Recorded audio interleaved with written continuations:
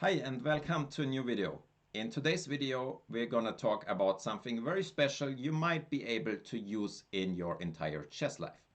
And the topic for today is universal strategy playing against weaknesses.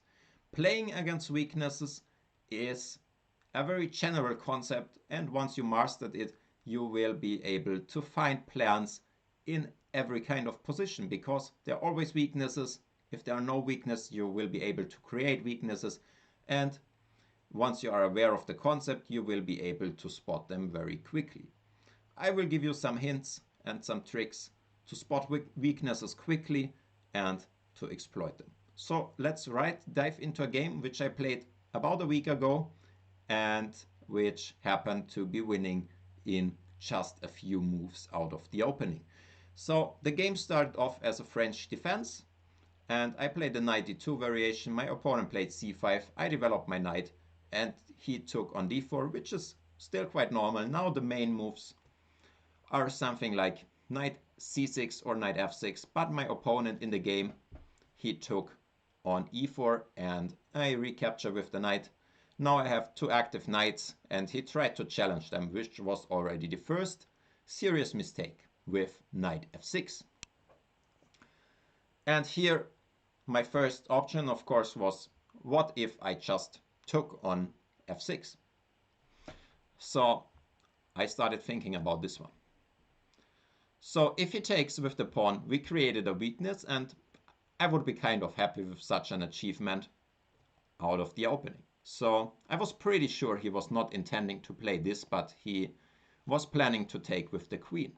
But also there, since, yeah, I've seen similar positions before, I understood there will be a weakness. And if you want to challenge yourself, you can think about it.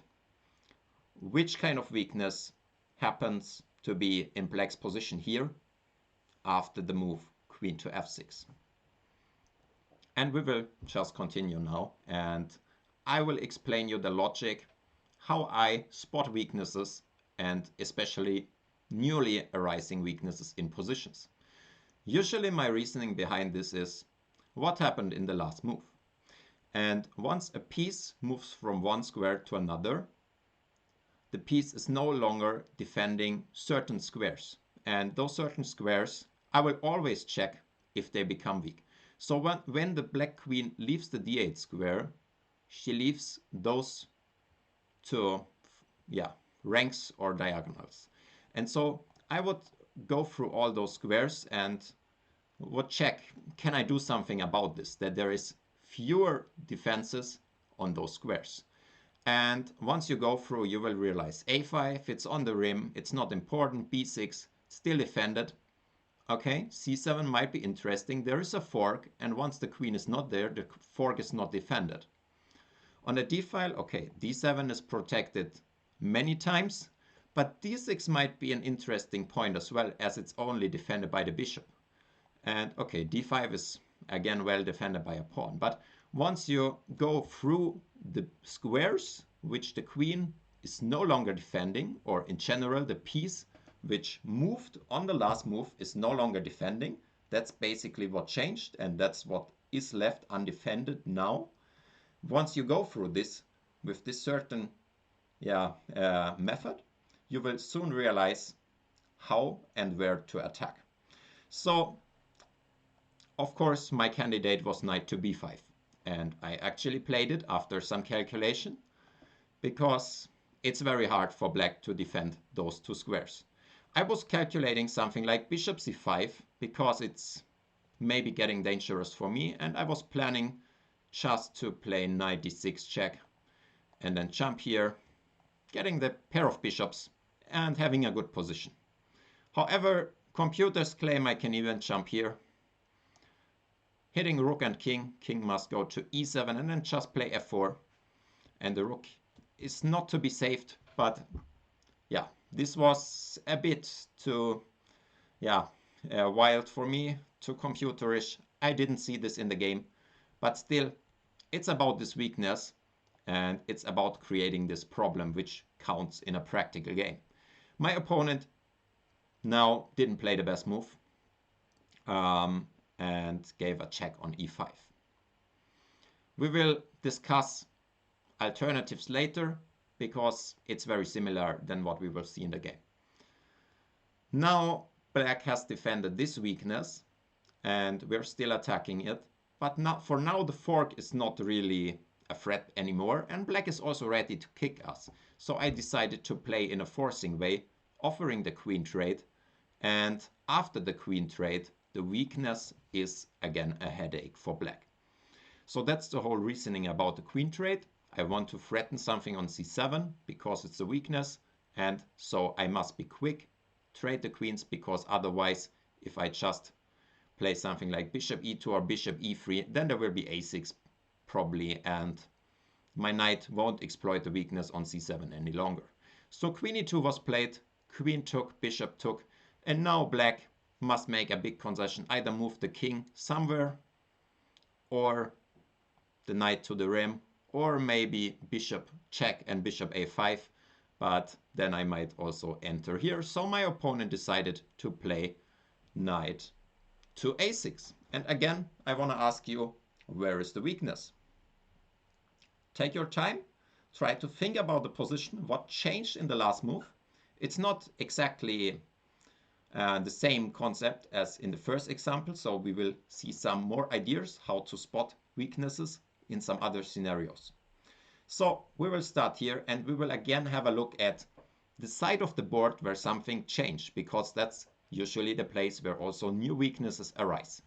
So it's around here, but this time we cannot really exploit the squares the knight is not controlling any longer, because those squares are well defended and we have no pieces even looking at those spots. So we need to think in a different way. And in general, I sometimes try to ask, which other disadvantages does the last move of my opponent have? And in this position I saw, well, he cannot expel my knight with a7 to a6. That's a good thing, so I can stay here forever. But even more, this pawn cannot move even if I attack it. So we have a new weakness, and this time it's the pawn on a7. Previously the pawn could just have moved, but now once I attack it, the pawn cannot move, and it can also not be defended, because bishop c5, it would run into tactics, takes, check, and white picks up the rook. So black already needs to sacrifice this pawn, especially since b6 would create another weakness. Again, we ask what changed here. Yeah, the rook is more exposed, and we attack the rook, and the rook is running out of squares. So he cannot do that. And so he decided to play bishop d7. And now there will be another part, but this is not the main topic of this video, which is creating weaknesses and seeing weaknesses, spotting weaknesses. So I will just show it quickly. Here I decided not to take immediately because black is just so stuck and he's hoping for activity. So I castled first. Still, the weakness is not running anywhere. He played bishop e7, and I first decided to prevent any a-file counterplay before I would finally take the pawn. After bishop c6, f3 and castle, I took the pawn and got a winning position here. White is a clean pawn up and should win the game. So that's it for this video. I hope I could give you some insights in how to find and spot weaknesses in a systematic way by judging and evaluating the disadvantages of your opponent's last move.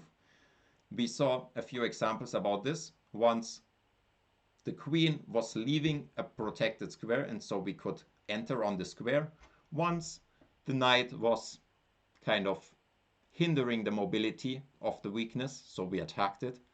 And the third thing was, okay, we saw this b6 move, yeah, opening up the rook and creating a new target.